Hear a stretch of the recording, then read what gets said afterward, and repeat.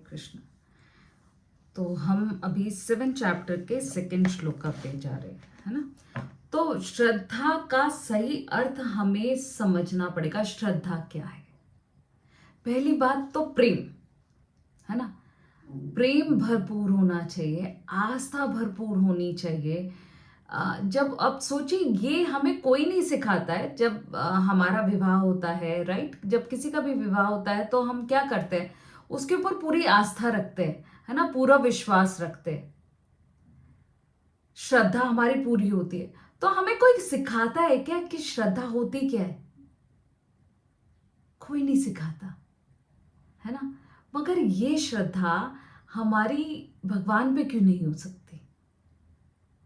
हमारी जो है प्लेन के पायलट से हो जाएगी, हमारे टैक्सी ड्राइवर पे हो जाएगी, बस ड्राइवर पे हो जाएगी, सब पे हो जाती है, राइट। हमारे बच्चों तक पे, मतलब लाइक हम अपने बच्चों पे इतना विश्वास रखते हैं, अपनी फैमिली पे इतना विश्वास रखते हैं, सब हो जाता है।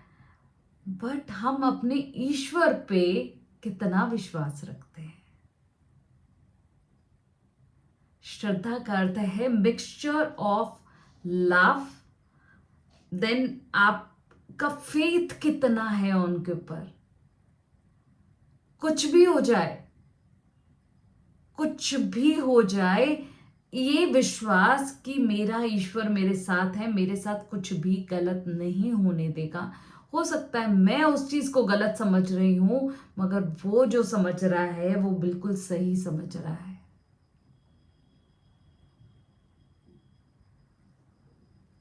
श्रद्धा है क्या एक्चुअली?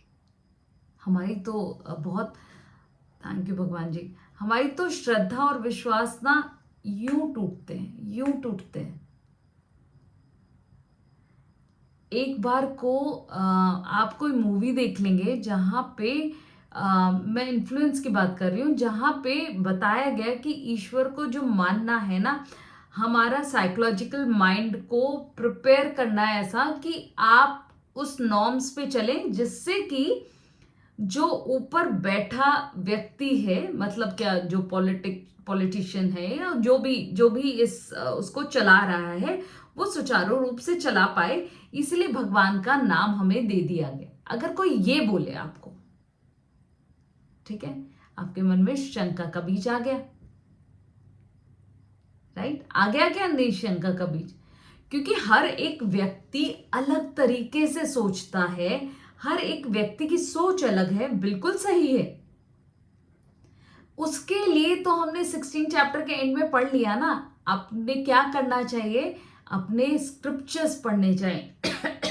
स्क्रिप्चर्स पढ़ने पे इसलिए जोर दिया गया कि तुम्हारे मन के अंदर जो भी क्वेश्चंस घूमते रहते हैं, जो भी शंकाएं हैं, उसका पेड़ ना बने, इसीलिए वो सब चीजें बताई गई, है ना।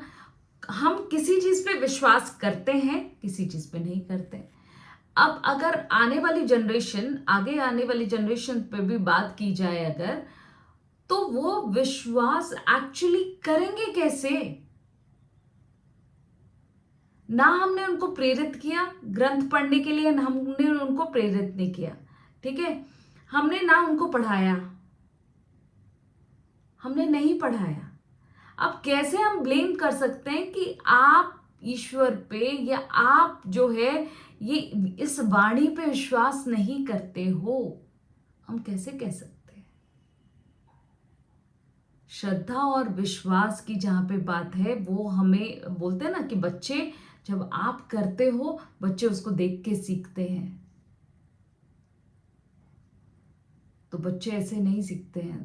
तो बहुत सारी चीज़ों में, भगवान जी थैंक यू सो मच, बहुत सारी चीज़ों में हमें समझना पड़ेगा कि हमने अगर त्रुटियां रख दी कुछ, तो अब उसको आगे जो है उसका पश्चाताप करके उसको किस तरह से ठीक किया जा सकता है।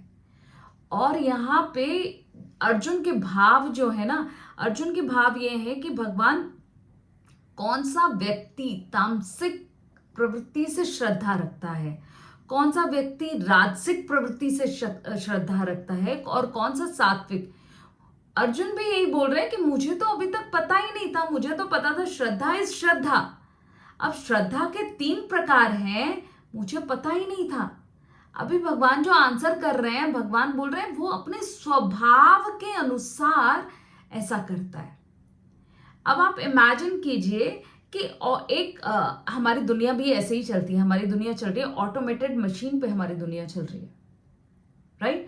हमारा जो स्वभाव है, हम पूरी जिंदगी वो स्वभाव के अराउंड घूमते रहते हैं, उसी स्वभाव से सब कुछ कार्य करते हैं, उसी स्वभाव से हमें कई बार लगता है कि अरे एकदम से क्या हो गया कि मेरे को गुस्सा आ गया। किसी ने कोई जरा सी छोटी सी बात बोली, अगर उसने बात आराम से भी बोली मगर मुझे बहुत ज्यादा गुस्सा आ गया। क्यों? क्योंकि वो मेरे स्वभाव के कारण वो जो पैटर्न्स हैं वो पैटर्न्स नोट किए गए और उन पैटर्न्स पे मेरी पूरी की पूरी जिंदगी डिसाइड हो गई उन्हीं पैटर्न्स पे। अब श्रद्धा और भाव कहां से आ गया इसमें? मुझे विश्वास है, मुझे श्रद्धा है उन थॉट्स पे, मेरे उन कृत्यों पे। अब वो श्रद्धा है, विश्वास है, इसीलिए तो वो पैटर्न्स रिपीट हो रहे हैं। जिस दिन मैंने गीता पढ़ी, मैं एग्जांपल दे रही हूं कि हम सब लोग ये बोलें कि जिस दिन मैंने गीता पढ़ी उस दिन से वो जो रोल ऐसे क्लॉकवाइज चल रहा था, मैंने उसको एंटी क्लॉकवाइज चलाना शुरू किया। क्यों? क्योंकि वो खुलता रहे, वो खुलता रहे, वो खुलता रहे और एक दिन आके पूरा का पूरा सुलझ जाए। तो श्रद्धा ये काम करती है।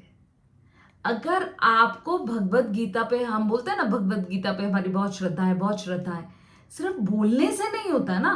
अगर भगवत गीता के पे श्रद्धा है तो उसकी एक एक बात को माइन्यूटली समझना, उसको डिकोड करना, और भगवान जब क्या कहना चाह रहे हैं। क्रोध, भगवान बोलते क्रोध बुरा नहीं है, आवाज रेज करना बुरा नहीं है, मगर आप किस विषय पे कर रहे हो ना, आपकी इंटेंशंस क्या है ना, जो ये तो हम पढ़ चुके हैं 16 चैप्टर में, है ना, इंटेंशन मैटर्स। तो इंटेंशंस किस उसमें है, आपकी श्रद्धा भी वैसे ही जाती है। और क्या क्या चीज उसके लिए इफेक्ट करती है, अभी आगे आने वाले श्लोकों में हम वो भी पढ़ेंगे कि हमारा खान पान, हमारा रहन सहन, हमारा हर चीज किस तरह से उसको इम्पैक्ट करती है, उस श्रद्धा को इम्पैक्ट करती है। और ग्रंथ पढ़ने, स्क्रिप्चर्स पढ़ने इसीलिए आवश्यक है क्योंकि आपको थ्रू आउट जो आपने अभी तक लर्न किया अपने सोशल नॉर्म्स पे, नेचुरल नॉर्म्स पे, जो भी आपने लर्न किया है, अब अनलर्निंग का टाइम आ गया है, राइट। अब उसको वो जो ऐसे ऐसे घूम रहा था, अब हम उसको ऐसे ऐसे घुमाएंगे, राइट, जिससे कि ऊन कैसे सुलझती है ना, ऊन का गोला जब उलझ जाता है तो कैसे सुलझता है, उसको दोबारा से उसको उस तरह से लेके जाना पड़ेगा, तभी तो सुलझेगा, राइट। हरे कृष्णा।